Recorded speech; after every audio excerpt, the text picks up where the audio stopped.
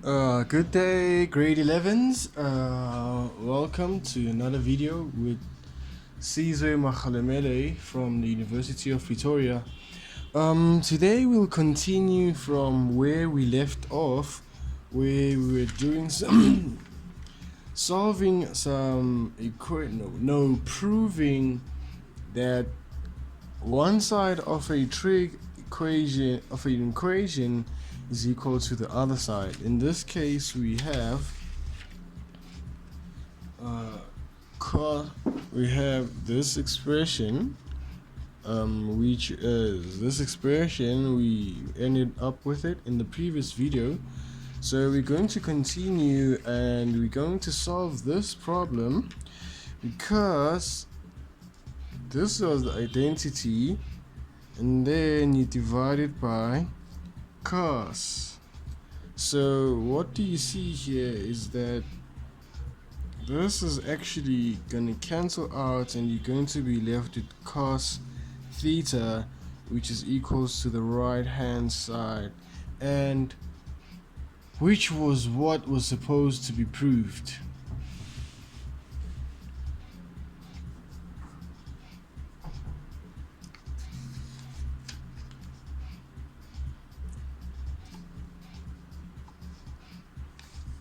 So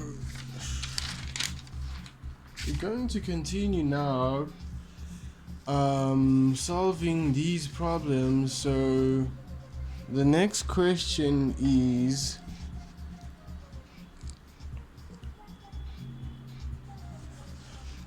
if I could move the camera upwards so that you can see the question. Next question, we are asked to prove the identity and state restrictions. So we are asked to prove the identity and state the restrictions. So what we're going to prove is that 2 sine theta cos theta divided by sine theta plus cos theta is equal to sine theta plus cos theta minus sine theta plus cos theta over 1.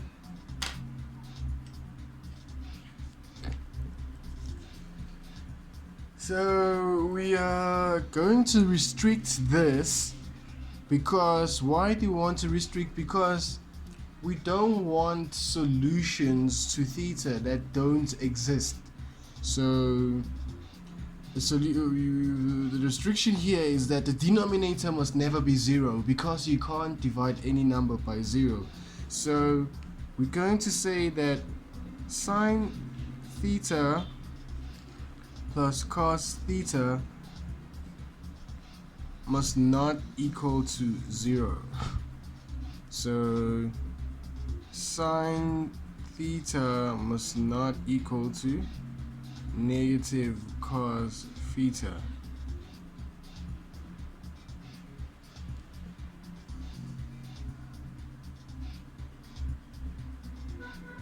So you can divide both sides by cos. Divide both sides by cos so that we can say that tan theta cannot equal to negative 1. So what does this say about the angle? It means that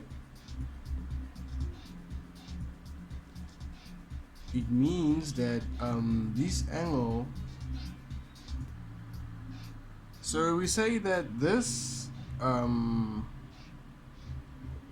trig identity is undefined whenever sine theta is equals to negative cos theta. So now on to proving that the left hand side is equal to the right hand side. We're going to take the right hand side because it's more complicated. We want to reduce it into one thing.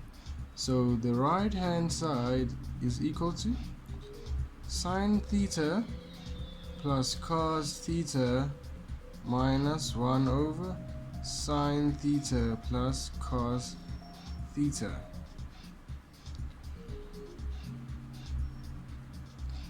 So because these are fractions, you would want to make some LCD, which is sine theta plus cos theta.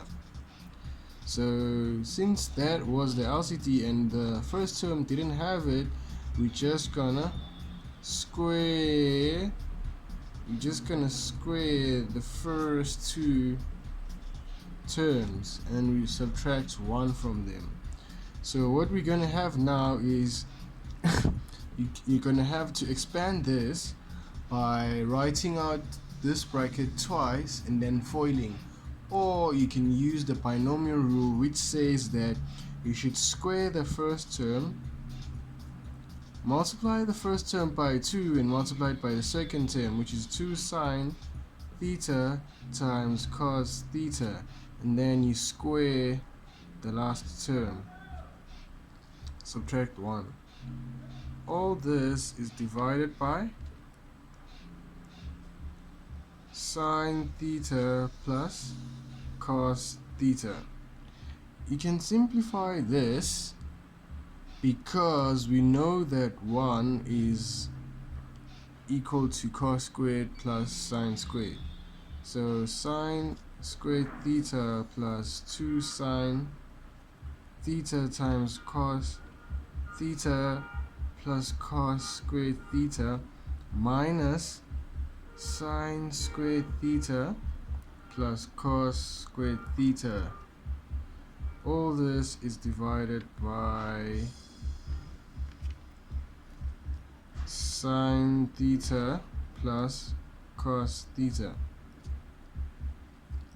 So we can see that this and that cancel out, this and that cancel out, because this negative is going to be distributed and these signs are going to be negative. So they're going to cancel out, and now I'm left with 2 sine theta times cos theta. All this is divided by sine plus cos, which is equals to the left hand side, which was what was supposed to be proven. Are we okay, everyone?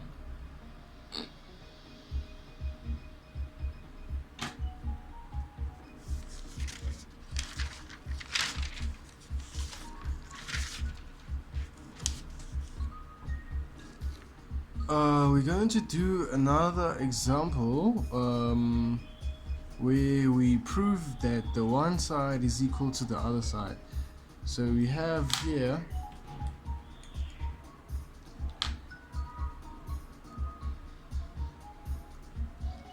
cos beta over sine beta plus tan beta multiplied by cos beta is equals to 1 over sine beta. So we are required to prove that the left hand side is equal to right hand side. So we're gonna take the most complicated side and try to simplify it. So we're gonna take the left hand side, which is equals to cos beta divided by sine beta plus tan beta. This is multiplied by cos beta. So the first thing that you would want to do here is that you want to multiply in the cos beta inside the bracket so that it is expanded to a bigger question. So here we go.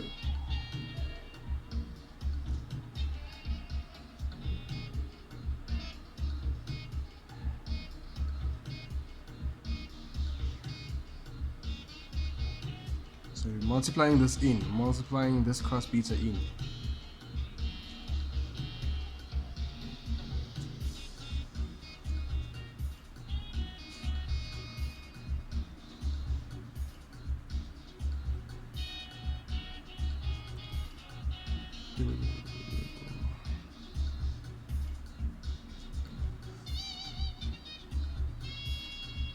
So after multiplying that in, we are left with cos squared beta divided by sine beta, plus we can change this tan into sine over cos.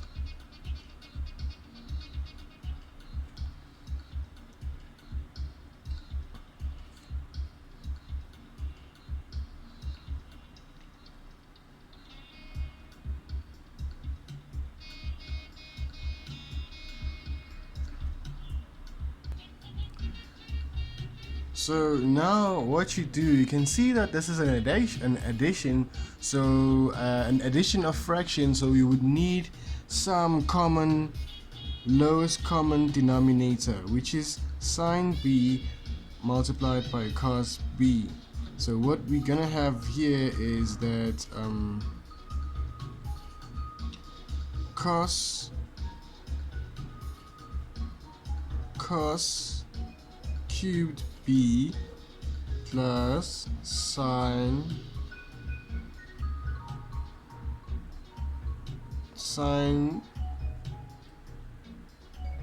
of b times, so it's going to be sine squared because you need to multiply this by sine since this doesn't have a sine, and we have this. Now we can take out a common factor of cos b. So now in the numerator, this cos is gonna be taken out from this cos, so you're gonna be left with 2 cos squared beta plus sine squared beta. All this is divided by sine beta multiply cos beta, but this and this can cancel out since it's multiplication and division, and we know that cos squared and sine squared is equals to 1. So this simplifies to 1 divided by sine beta, which is equals to the right hand side, and which was what's supposed to be proven. So you need to practice this a lot so that you can be comfortable with all the identities and being comfortable with playing with all of these. So now we're going to do a last example playing with trig identities, because I can do 100 of these, but you wouldn't understand them well until you play with them yourself and see how these things relate. So I'm going to do the last one, and then we're going to move on to the next topic. So we are given that we must show that 1 plus 10 squared x cos x divided by 1 minus 10x is equal to 1 over cos x minus sin x. So we are required to prove that these two are equal. So what do? You take the most complicated side and you try to reduce it into something small. So we're gonna take the left hand side, which is equals to 1 plus 10 squared x multiplied by cos x. All this is divided by 1 minus 10x. So how do you simplify this in such a way that it looks like this? The obvious way is to see that there's a tan in this equation, so you want to make the tan disappear, so you're gonna use cos and tan. So how do you change tan into cos and tan and sine? It's going to be sine squared x divided by cos squared x. So this is multiplied by cos x, and it's all divided by 1 minus sine x divided by cos x, because we know that tan is equals to sine over cos. So now what are we going to do? We're going to multiply in this cos inside this bracket. We're going to multiply it in the numerator.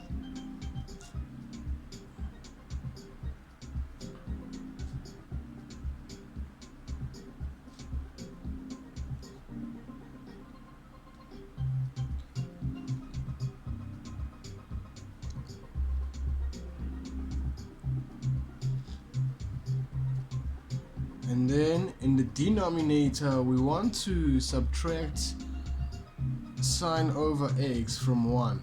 And this is a fraction, so it would be nice if maybe we used some LCD. So the LCD is cos x, and we know this is going to be multiplied by cos x since it didn't have the LCD, and this one just left like this, right? So this is how you tackle this question. You'll be doing this step by step and then reaching your final answer. So now we have this monster and we want to simplify it further.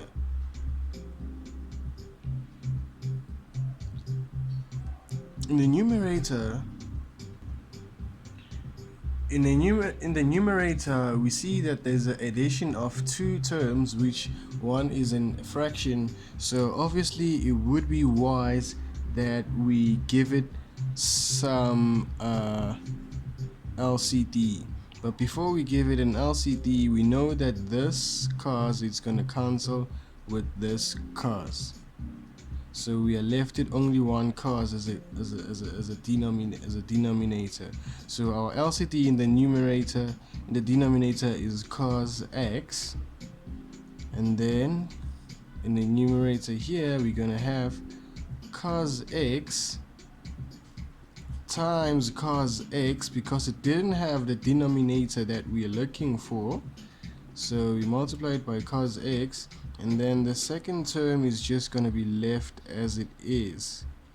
So since this is all divided by cos x minus sine x,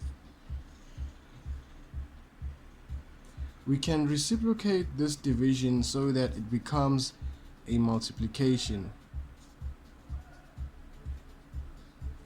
So cos and cos, we know that it's cos squared. Cos times cos is cos squared, and plus we add sine squared to it, and then we divide it by this cos x, and then this division we reciprocate it so that we can change it to a multiplication.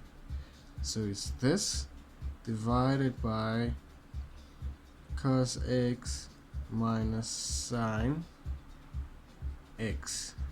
So we know that this and this cancel out because it's a multiplication, and we know that cos squared x plus sine squared x is equals to 1.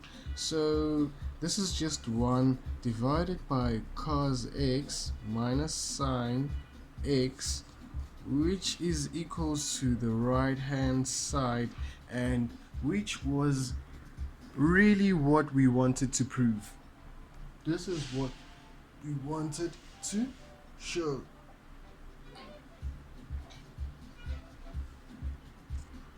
So now we're going to move on to another subtopic in trigonometry, which is called deriving a reduction formula.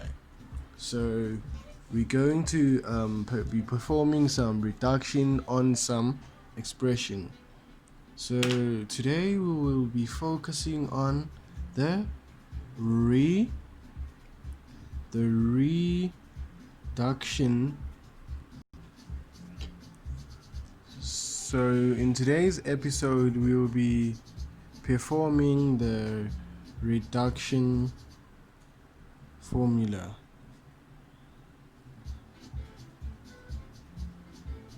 So we want to reduce some expression to become a smaller expression. So what we do here, what we need here in this section is we need the use of the special angles. So we have to use the special angles. So what are the special angles? Our special angles, we know that it is 90 degrees, 60 degrees, 45 degrees, and 0 degrees.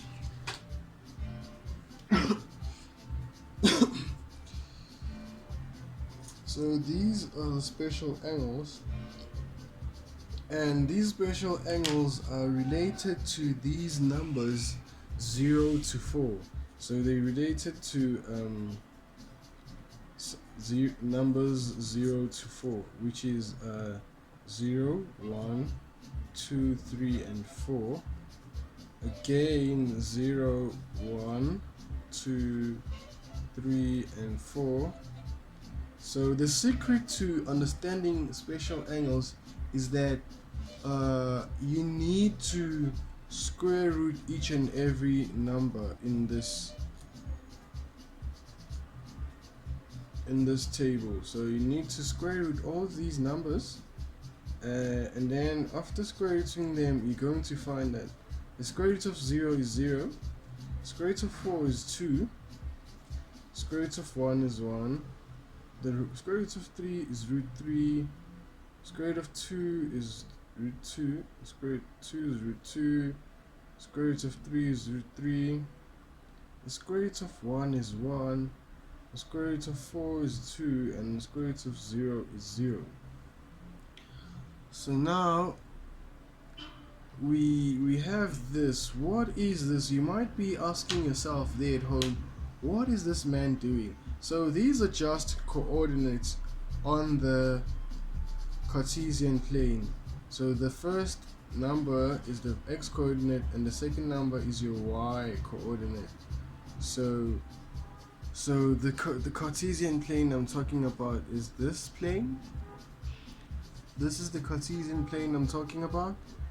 So you in trigonometry, so you would have your right angled triangle, and this would be your x and this would be your y, and obviously this is your r, your ray or your radius, in which is in this case it's always equal to 2 for your special angles.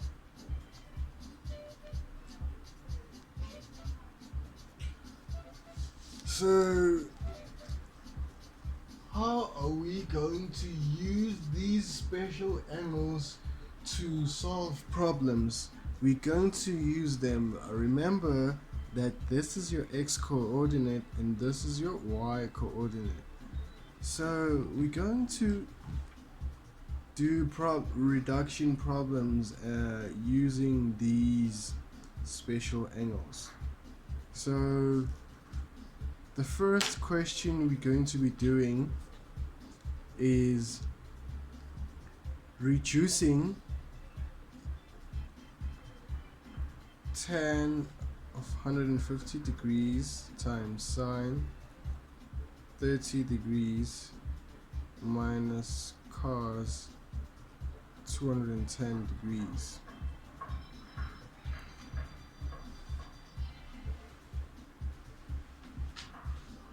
So to be able to understand the reduction formula and how it works, you need to know the Cartesian plane.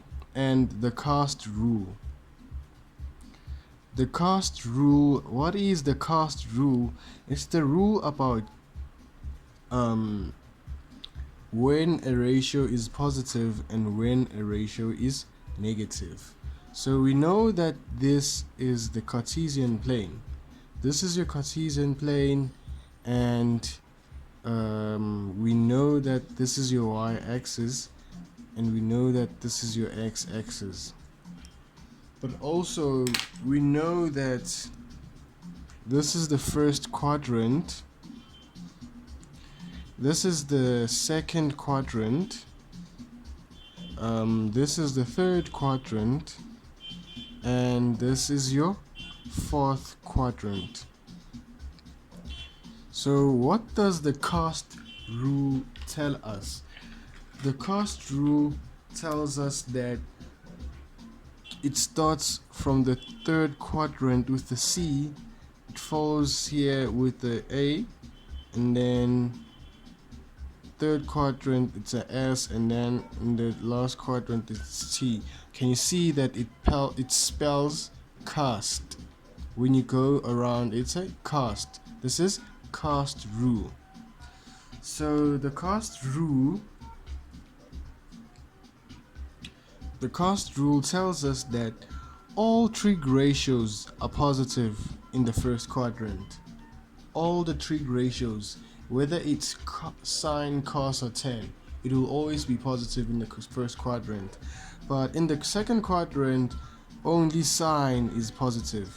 So sine is positive in the second quadrant.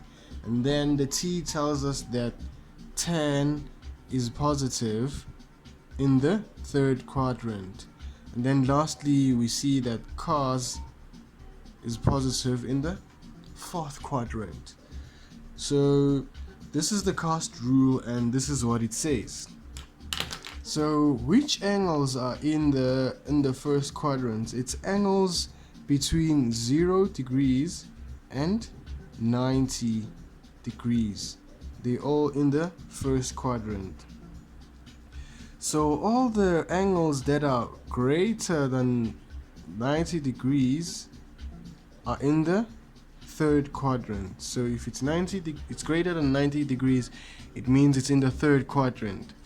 And then if it's less than 180 degrees, it might be less than, it might be in the third quadrant if it's less than 180 minus x, so it's in the third quadrant. So and then in the third quadrant we have angles that are bigger than 180 degrees. They are bigger than 180 degrees. So we know that the angle at this point, the angle at that point is 180 degrees. And we know that the angle at that point is 90 degrees.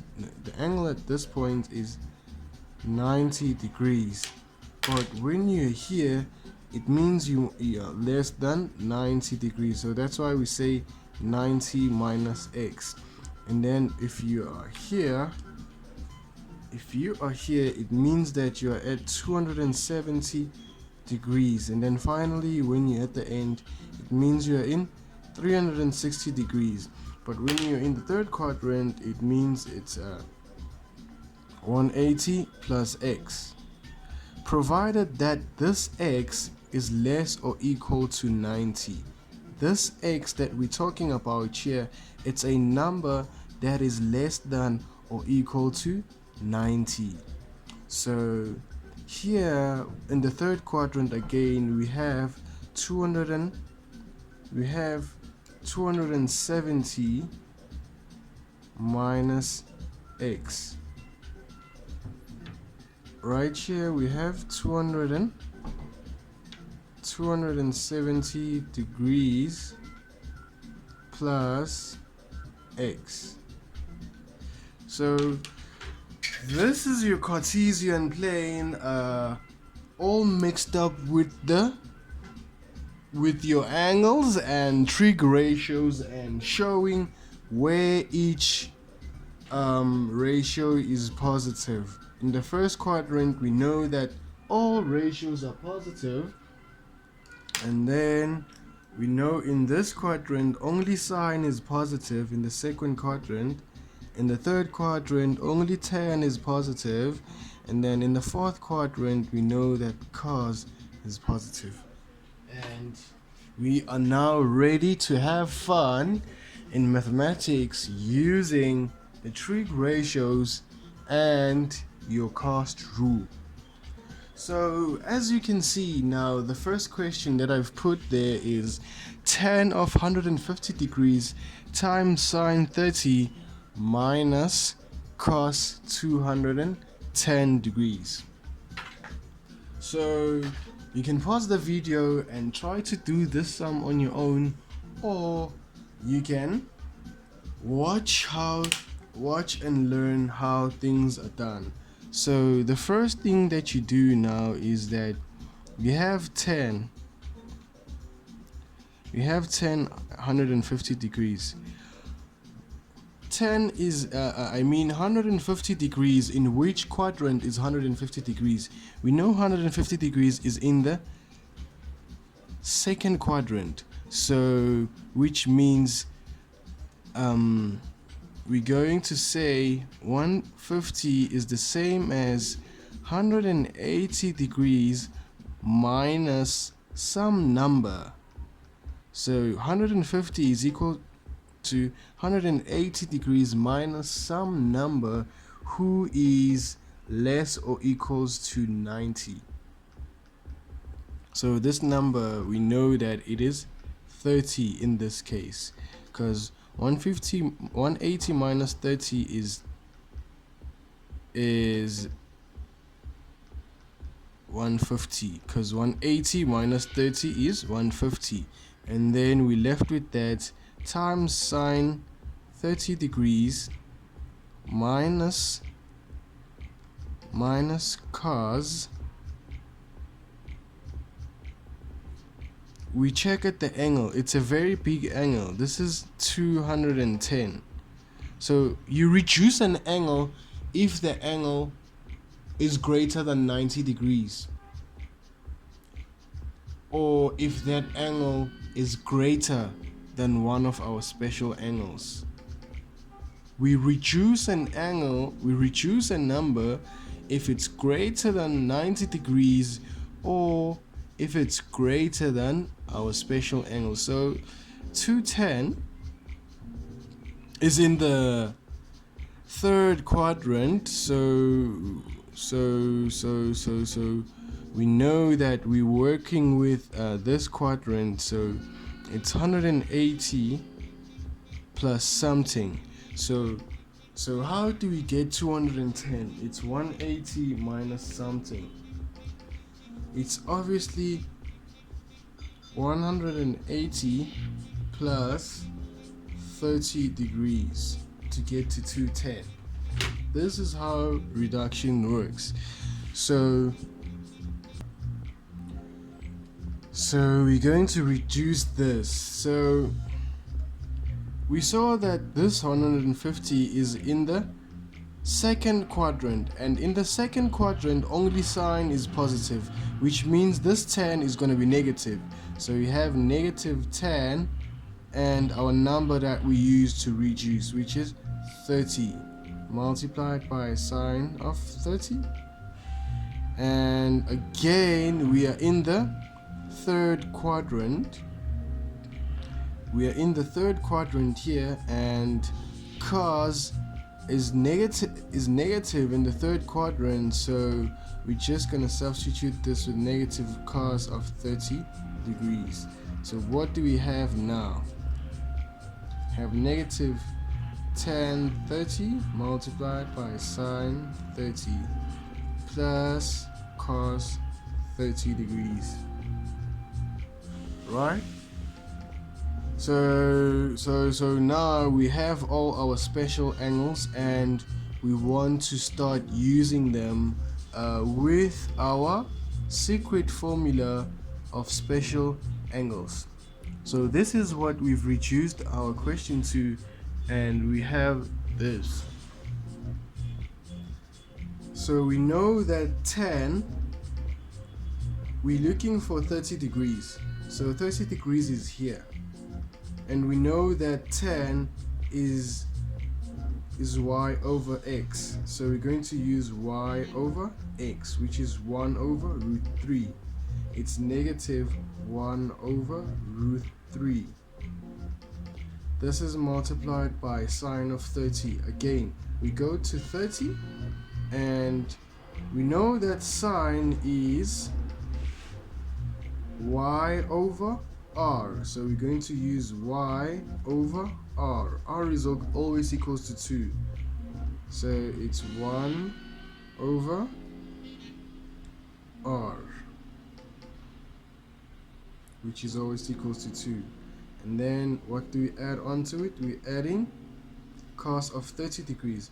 Cos of 30 degrees is, we know that cos is adjacent over hypotenuse, so we're going to use, we know that in the adjacent over hypotenuse, it is, if it's adjacent is x, and hypotenuse is r. Adjacent over hypotenuse, so it's obviously root 3 over 2. Is everyone with me? So for tan, we know that tan is equals to opposite over adjacent, which is y over x. So we used y over x because we had 30 degrees. We're going to do another example so that you can grasp this this idea of solving your maths problems. So now we need to simplify it further. This is simple algebra. We have 2 root 3 plus root 3 over 2. We need to find an LCD which is 2 root 3. So this one doesn't have a 2 and this one doesn't have a root 3. So our final answer is negative root 3.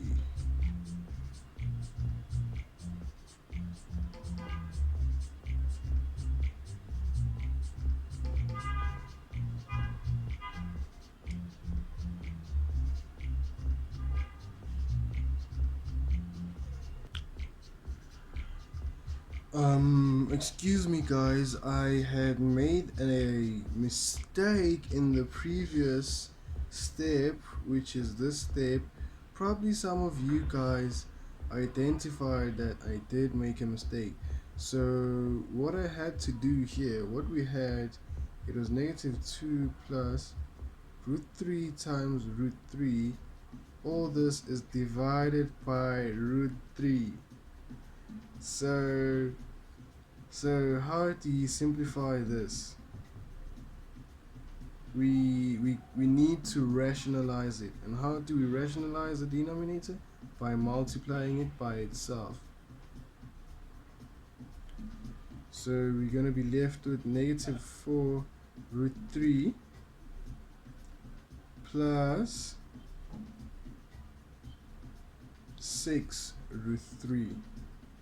Because when you multiply these, they're going to cancel out, and then when they cancel out, they're going to have to be multiplied with this 2, and 3 times 2, we know it's 6, and the root 3. So all of this is divided by, we know 2 times 2 is 4, and the root multiplied by the root goes away, we get 9.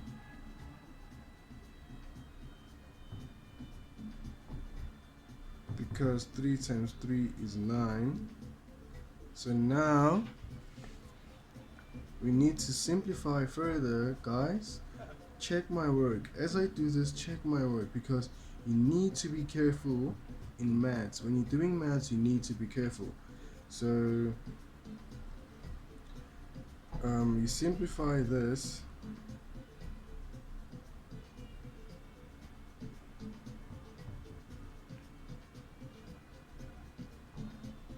and 4 times 9, we know that it's 9, 18, 27, 36.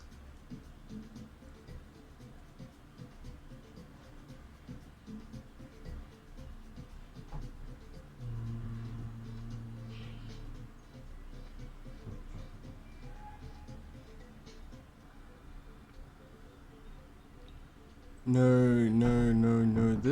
This is not the correct way to do this. I apologize for this mistake, but let's start it over from here. Because I made a jungle up since I was not careful. Guys, with maths, you need to be careful. Always, you need to be careful. So we're going to take it from here. So from here we can see that this is an addition of subtraction of this is an addition of fractions. So it would be nice maybe if you do a common denominator. The lowest common denominator is 2 root 3. The first term has this lowest common denominator, so it's fine, but the second term misses some number, which is root 3. So this is how we found the LCD. We saw that our LCD is equals to 2 root 3. So we found that, and now when we simplify, we find that this and that cancel out, so we have this simple expression. So the answer is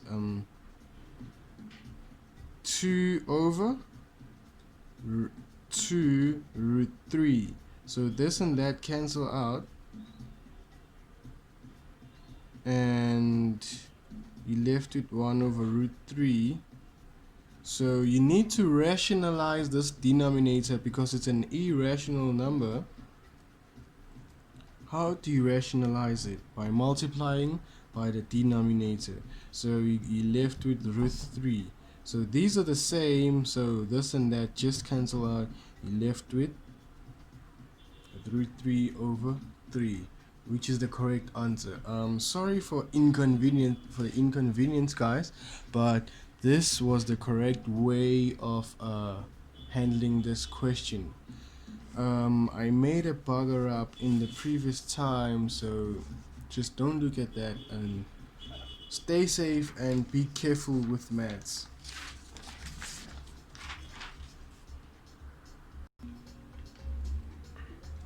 So in the next question, we are asked to determine the value of the expression without using a calculator. So you're not allowed to use a calculator when doing these kinds of problems. You just need your special angles. So what do you do here? First, you need to solve the bracket. So you need to multiply out and see what happens. So this times this, 1 times 1 is 1, because what you will have to do is multiply this and that, multiply that with that, and also multiply this with that, and then multiply also with that, right? So that's what we need to do there. So it's this then is 1, and that times that negative sine squared of 240. This times that is positive cos 120, and that is negative cos 120 times sine squared 240. So this is how you tackle the problem.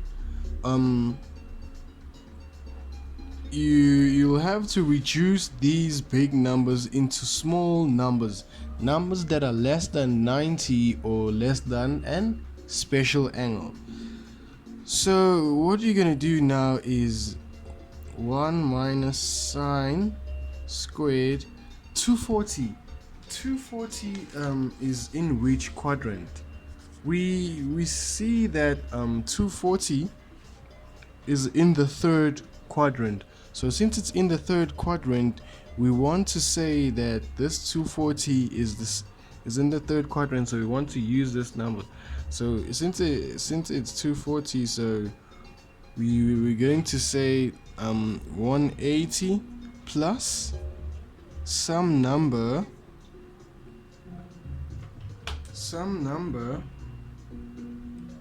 which is 60 in this place, in this case. So it's 180 degrees plus 60, so plus cos of 120. 120 again, it's in the second quadrant, so this in relation to 180, it's 180 minus another 60 degrees, and then we have another cos 120. We know it's the same 120, so it's cos of 180 minus 60 degrees. So the last term is sine squared of 240. What is 240 again? We found it already. It's 180 plus 60. So we are asked to reduce this. 180 plus 60, 180 plus 60 degrees is in which quadrant? We know it's in the third quadrant, and so sine is negative. So we're gonna put negative sine squared using 60 degrees, and then again we use 180 minus 60 degrees is in which quadrant? It's in the second quadrant. So since it's in the second quadrant, but cos is negative in the second quadrant, so we're just gonna subtract cos of 60 degrees. And then now we move on to the next one, which is again 180 minus cos. We know that cos is negative in the second quadrant, so we put negative cos 60 degrees. And then for the last term, it's again the third quadrant, but in the third quadrant we know that sine is negative, so we're going to substitute this with negative sine squared, but using 60 degrees. So that's what we have there, and it reduces to negative times negative is positive sine squared of 60 minus cos 60 degrees. Negative times negative is positive cos 60 degrees, and then this is multiplied by a negative sine squared of 60 degrees. So what is this? We're going to use, we can see now that we're using this special angle 60 everywhere. So we go to our table that we created, and we go to 60 degrees, and we can see that 60 degrees has an x value of 1 and a y value of √3. So we're going to start substituting. We know that sine is opposite over hypotenuse. Sine is opposite. Our angle theta is placed here. So we know that sine is opposite over hypotenuse, which is y over r. So sine of 60 degrees is √3 over 2. And this is squared, since this was sine squared, minus cos of 60 degrees. Cos, we know that it's adjacent over hypotenuse, so we're going to use 1 over 2 plus, we know cos 60 degrees is 1 over 2, and this is multiplied by negative. We saw that this is in actual fact root 3 over 2 from here.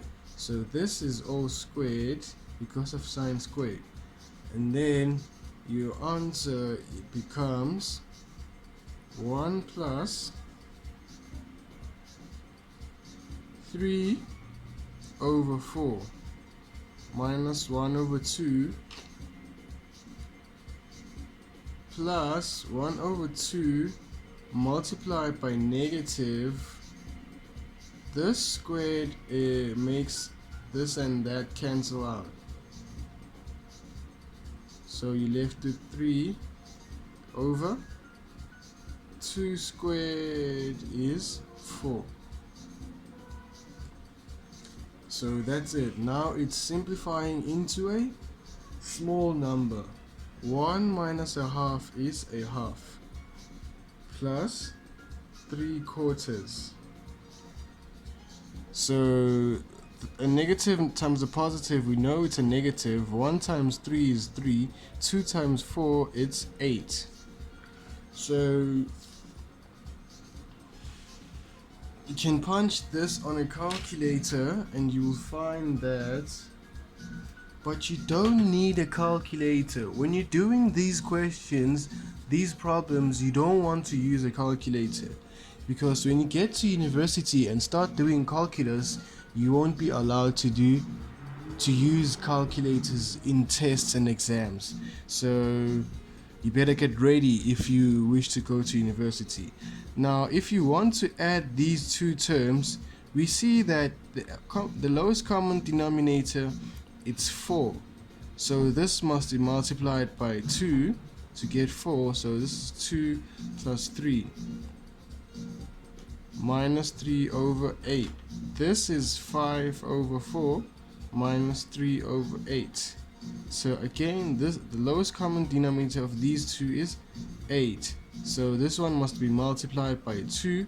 So this is 10 minus 3. So you will get 7 over 8. So this is how you solve these kinds of problems when you have to reduce and use special angles.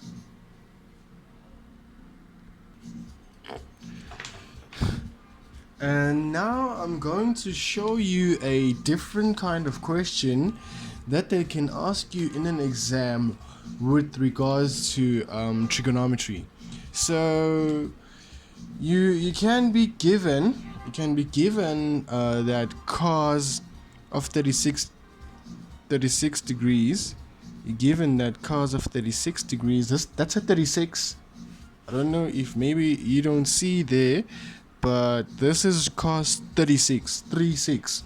So we're given that cos 36 is equals to P. So if cos 36 degrees is equals to P, then express the following terms in terms of P. So express sine 36 degrees in terms of P.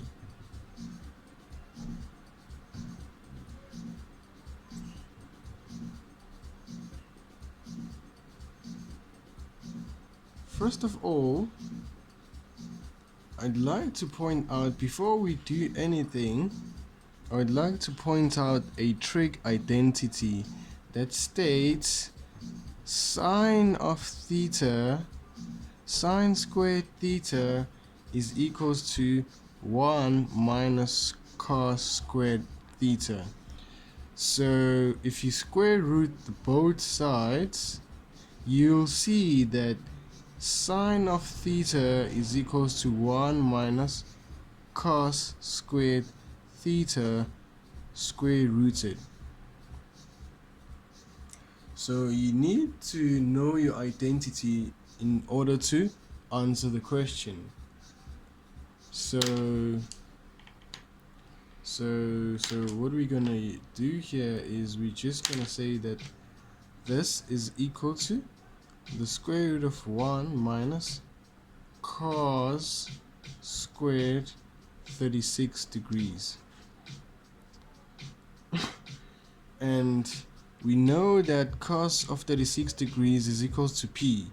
So in actual fact, we found that sine of 36 is equals to 1 minus P squared, because we know that cos 36 is P, so cos 36 squared is 1 minus P squared. You understand? And then the next question, they ask us to express tan of 126 degrees in terms of P. So we know that this number, tan of 126 is in the second quadrant, and we know from our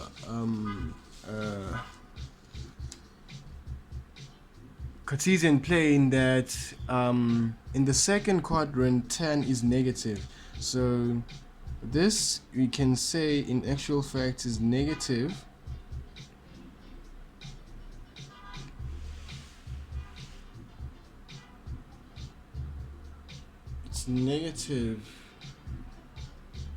it's negative tan of 180 degrees minus 36 degrees. But also we know that tan is the same as sine over cos. So it's sine of 180 degrees minus 36 degrees